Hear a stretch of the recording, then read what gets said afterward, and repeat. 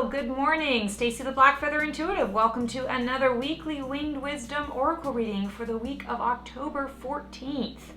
I today am feeling an old deck. And this is the Osho Zen Deck. And if you guys have watched me before, you know that I've retired this deck. But every so often it talks to me and says it needs to come out for a little bit of air. And so that's this week. So let's call in all the archangels, all the ascended masters, light beings, creature teachers, highest guides, elementals, loved ones, and spirit. Come on into this space to give us the clarity and guidance that we need to have just like the best week. Let's just go with that today. This one is standing out to me. Let's see what the guidance is going to be. Mind. So this is one of my favorite cards ever because this is kind of a picture of what my mind can look like sometimes. I call this the monkey mind, or I call this the hamster wheel. This means stop overthinking, get out of your head and get into your heart.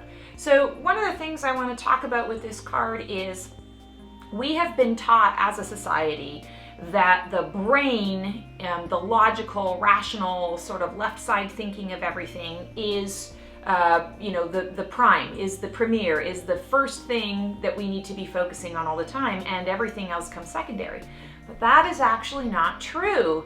We are a heart-based people. Humanity is actually heart-based, and we were born to really think about heart-centered stuff. And it's kind of been worked out of us for, various different reasons.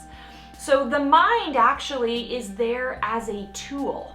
We're not always taught that, but the mind is there to act as a tool. And similar to when I talk about the swords, and this is a card of air, so this makes sense. This is a sword card in the sort of a more traditional tarot setting. Swords can be weapons or tools depending on how you use them. So your mind needs to be a tool. When it is on overdrive and it is working you or it is controlling you, it is actually a weapon. It's not your best friend. So the guidance for you this week is to step out of your head, step more fully and deeply into your heart space when you're making decisions, especially when you've got the hamster wheel. I mean, look at the smoke coming out of this poor person's head. There's even smokestacks, right? So, I mean, this person has been stuck in their head for a really long time, to the point where they've actually built smokestacks and chimneys to help alleviate the space. None of this is needed. None of this is necessary. The heart makes the decision first, and then the brain says, okay, how can we go about, making this happen in a safe, healthy, productive, protective way? This coming first is deadly. So get out of your mind, get out of your thoughts, and really step fully into a heart-centered space. I'm also getting a hit this week on career-based stuff or work-related stuff. This is going to be really important. I'm feeling the energy of a lot of chaos or sort of jumpiness at work, and there's going to be a lot of people who are wanting specific deadlines, wanting you to jump through extra hoops, and it's causing you a lot of grief because you're thinking, how, do I have enough time to do this? Do I have enough mental energy to do this? Why? I just did all of this work and now they're having me, shift streams. What is going on? A crisis on your part does not necessarily mean a crisis on mine. I want you guys to remember that. Now, obviously at work, there are certain things that, if the boss tells you this needs to get done, it needs to get done. But it doesn't mean you cannot voice, okay, if you want me to do this, I have to drop this and this. And that means that these things aren't going to get done in the way that you want them to because I need to devote all my time to this. So don't be afraid to voice what you need in order to be able to make it happen. A lot of times in work type situations, people tend to quiet down. They tend to just say, okay, well, I guess this needs to happen. I don't know how I'm going to make it happen, but I'm going to do it. And more work, more and more expectation, more and more responsibility gets added on, but we don't stop to say, hey, but wait, I can't do this in this time frame, or if you want me to do this, I'm going to need help. So don't be afraid to speak your truth and either ask for help or explain, if you want me to do this, or if you want this to happen, I need this first, or I need this to be taken off my plate for a while, or I just need you to understand that, you know, this isn't going to be done in the way or the timing, or maybe to the quality that you're originally expecting or that you're used to receiving from me because of this. So speak your truth. Speak your truth and do your best to get out of your head. Drop down into your heart-centered space. Another thing that helps with this is meditation. And meditation doesn't necessarily mean, you know, Buddha style and sitting going home for a couple hours. Sometimes it's active. It's just getting out in nature, breathing deep, going for a walk, coloring, washing dishes can do it. So anything that's going to sort of get you out of your monkey mind, out of your head for a little while so that you can get some clarity. Because this just isn't fun. This just isn't fun. And sadly, this is how a lot of us live, you know, at least once a day. You know, I bet you can say, yeah, I feel like this. And that's not good. It's not necessary. We don't need to be doing that.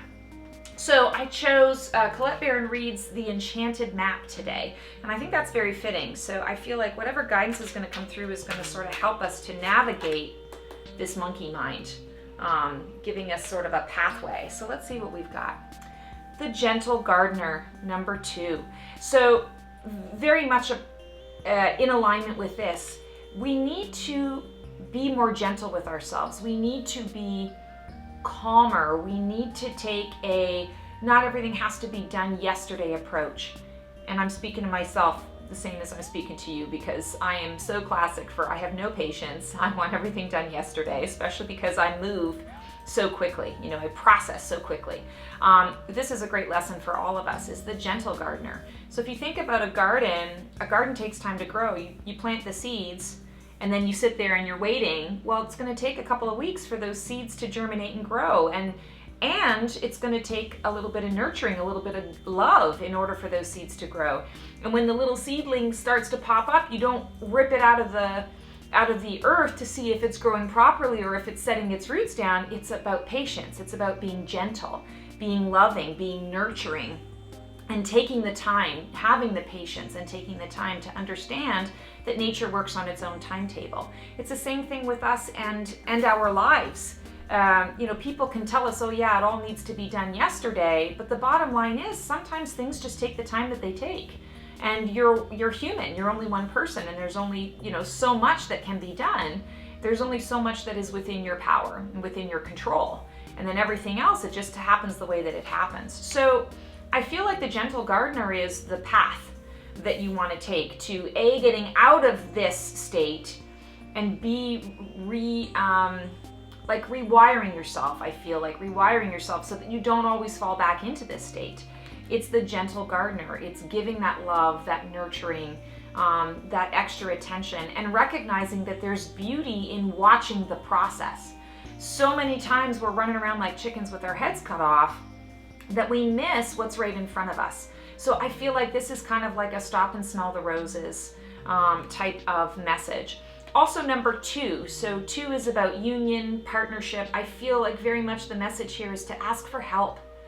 You don't have to do it alone. And in this particular picture, there are 3 eggs that have just been hatched. So 3 seedlings that are sort of coming up. And I see there's one that's sleeping and then 2 that are, you know, sort of doing their own thing. One looks like she's playing the flute and another one looks like she's reading or listening or something. Don't forget to ask for help. We're all in this together. We really are. And sometimes when you're, you know, in the rat race and you're in your monkey mind, you feel like you've got to go it alone, but you really don't.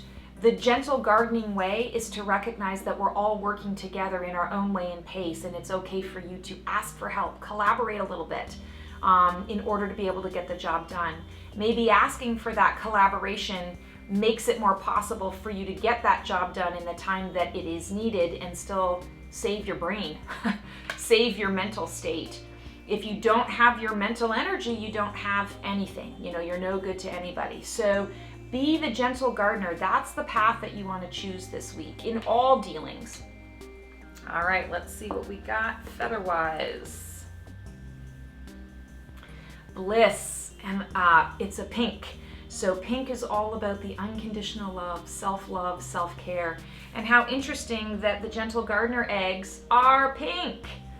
So this is about being gentle and loving with yourself, recognizing that not only can you not necessarily do it alone, or that you really shouldn't do it alone, you don't have to do it alone, but in order to achieve the bliss, there has to be that unconditional love approach, that gentle gardener. So be your gentle gardener and you will achieve the bliss that you're seeking. I feel like bliss is the opposite of this picture.